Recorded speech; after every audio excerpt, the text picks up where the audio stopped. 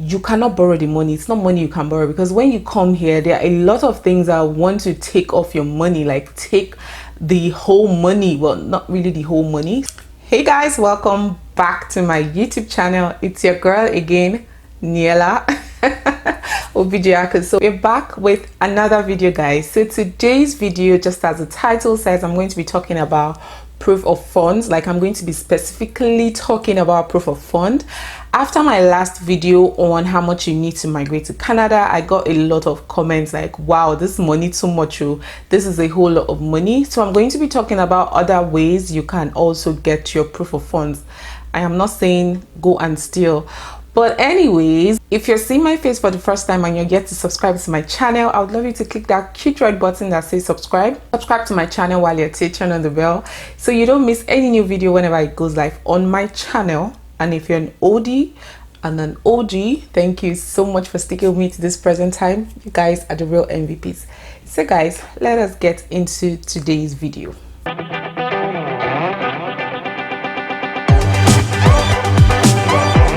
So before we get into today's video, let me just state today, like, let me just put a disclaimer, guys. See, you cannot borrow this money. You, as in, there is no way you can overemphasize the importance of POF. Like, not money you can borrow, because when you come here, there are a lot of things that want to take off your money, like take the whole money. Well, not really the whole money. So I'm just going to put out the disclaimer here. You cannot even use equity on real properties as proof. No, you cannot use money from a joint account if you don't have access to that account. So maybe you're coming with your spouse and you both have a joint account, or you want to use the money in her account to make up for your POF. You cannot use it if you don't have access. So you need to show, or you need to show the Canadian immigration, or you need to show proof that you actually have authorization over that account and you can withdraw money or take out money whenever and however you want it. So let us go into the main part of today's video. So aside the fact that you have to like build up your account, you need to show your statement of account, and in that statement of account there has to be proof that you have accumulated that money within a period of time, and not going to just dump like 4.6 million into that place, or 5 million naira. Like, they will ask you questions like you can't, like, you can't do it. It's not possible. It's not that it's not possible, like, you not get sense. Let me just put it that way.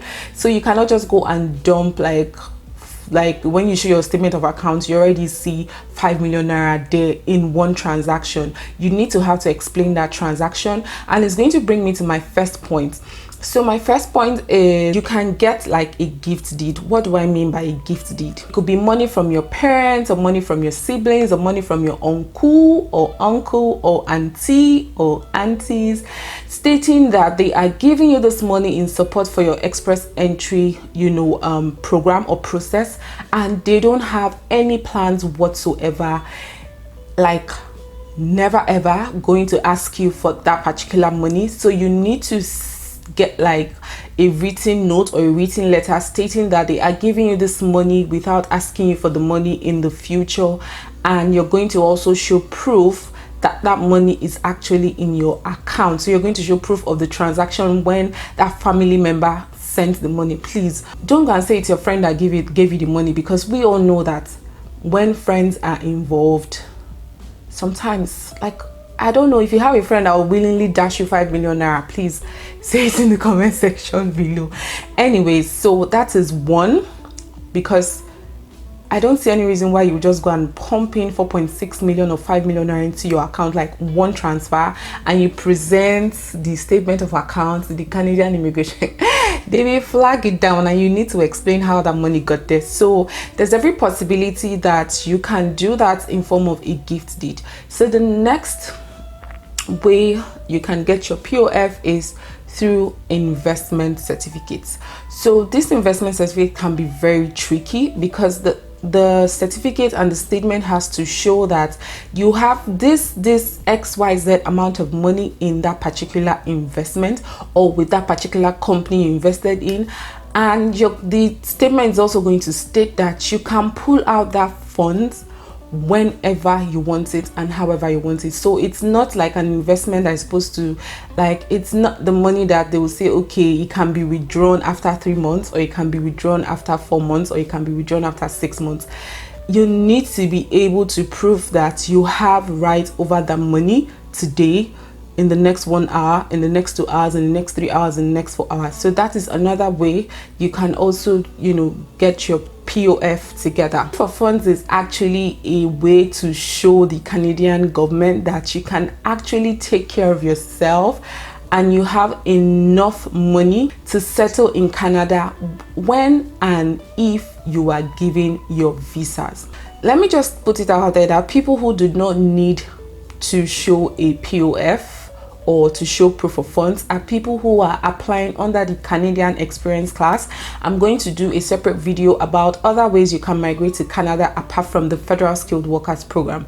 So people who don't need to show proof of funds are people who are applying under the Canadian Experience class, and people who already have a job here in Canada, like they are authorized to work here in Canada and they have a job waiting for them, and they have to show proof that that job is actually waiting for them here in Canada. Finally, please note that these funds, however way you want to get your POF together, must be available as at the time you apply for, or as at the time your ITA is sent to you, and also when you accept your ITA. It must be available at the point of accepting your invitation to apply for express entry, and also the money has to be there till when you receive your visa. So you cannot just put the money there after ITA, you pull it out, maybe because somebody borrowed you the money. In fact, that money has to be there till after you land, because there's a possibility that they may ask you for your statement of account at the airport. They did not ask us when we landed in Canada, and I've also heard that a lot of people, they really did not ask them, but you may be one of the people that they would ask as soon as you land in Canada. So please ensure that that money is there at the beginning of your process, your express entry process. It's still there when you receive your visa, and that money is still there when you land, because there's every possibility that they may ask you for your statement of account at the airport. Again, proof of funds must be printed in the companies, with the company's letterhead, so with the bank's letterhead or with the financial institution's letterhead. I don't know how else you want to be able to print out your statement without the letterhead of the financial institution you are using to present your proof of fund. I hope you guys enjoyed this video, and I hope I've been able to clarify this proof of fund a little further. I'll see you guys in my next one. Do have a fabulous day ahead, guys.